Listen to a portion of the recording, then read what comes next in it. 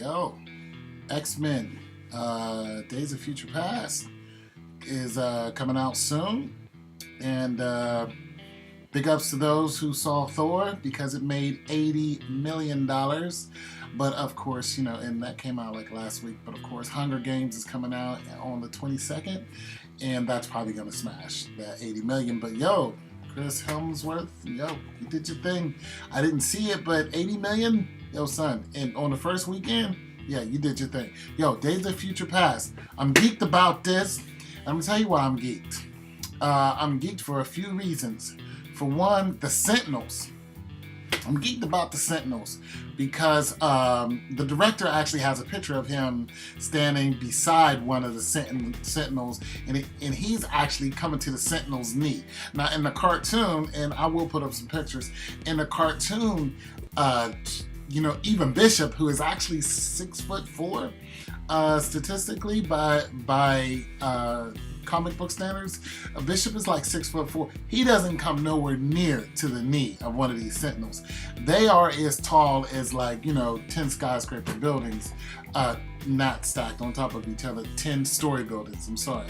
But nonetheless, they're huge. So the one that the director made, it's cool, it's a beautiful thing that he made, but to me, it's not big enough. Some people are like, it's too big. To me, it's not big enough. But also in Days of Future Past, if you've seen any of the cartoons, you know that the Sentinels came in different sizes. Some of the Sentinels actually were able to turn into like cat-like creatures, and they also had Wolverine's healing factor put in them. So basically they were taking mutants and taking their power and then putting them into the robots so they knew how to fight the mutants better, so on and so forth. But yeah, so the Sentinels are going to be in the picture. I'm geeked about that. I'm also geeked about my boy Bishop. The reason why I'm hyped about Bishop is the character that how they made him look.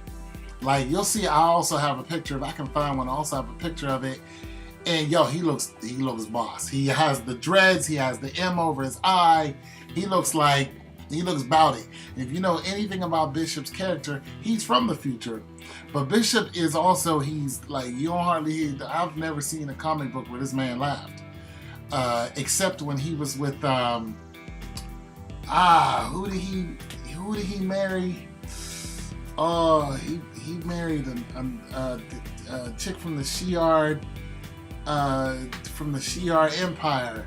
But we'll get into that. But he married I forgot what her name is, but basically she has super dexterity.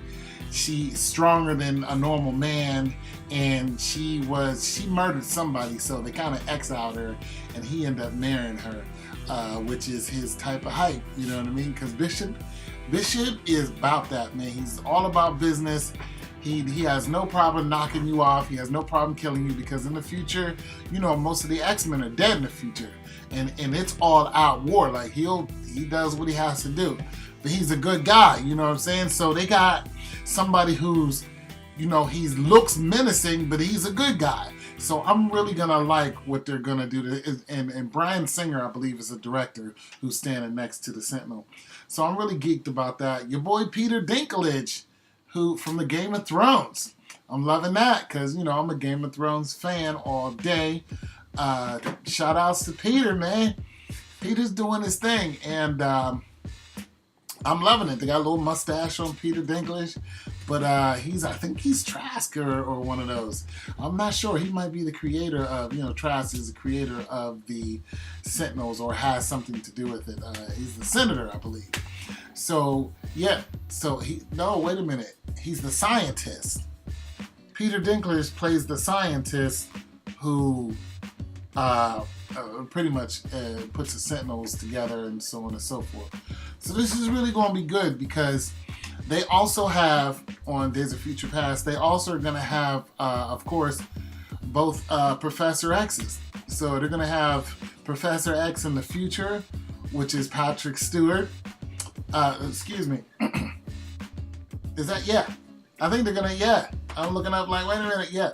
So they're gonna have Patrick Stewart, and they're gonna have I forgot what McClellan.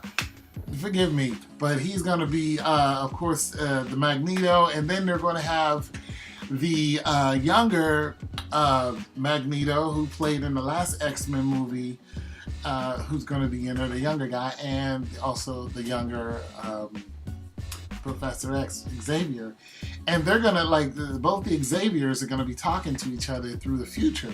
So this is gonna be so dope because, you know, they can do that whole mind thing. And like I said, if you've seen any of the animations, I'm really excited about it because if you've seen any of the animations, you'll know that the storyline is really good. It keeps you in, like, it enthralls you into what you're looking at because you're really wondering how this is gonna turn out. You know what I mean? Who are they gonna have in it? Because a lot of the storyline, like in the future, like you won't see Storm. She's not in the future as far as I know. A lot of them get killed off, and then some of the mutants that were living under New York, you know, some of them survived, like Marrow. Like Marrow, she survived in the future. How, I don't know, but she's definitely there. And then, you know, they're going to have all the, you know, there were a lot of new mutants who were there, so who knows if they're going to show up or not. Also, Quicksilver. He's going to be in there, you know, because him and his dad are still going through it. You know, Pietro, you know, Pietro's my boy.